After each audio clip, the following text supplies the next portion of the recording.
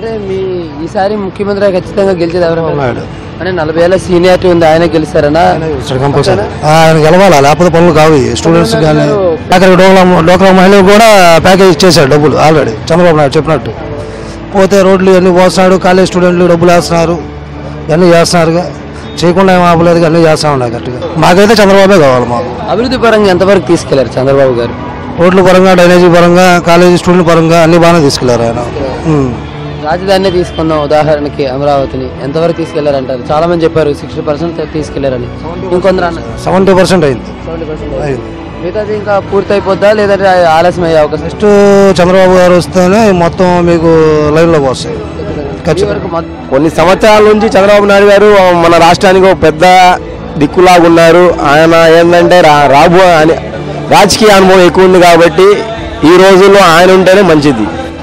Seniority ఉంది, కాకపోతే అభివృద్ధి రంగంలో ఆయనే ముందడుగు ఉన్నారు.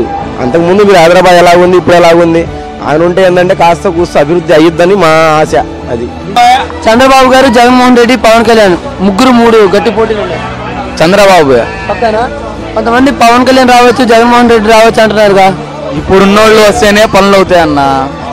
నిజంగా అభివృద్ధి పరంగా ఎంతవరకు తీసుకెళ్లారు చంద్రబాబు గారు?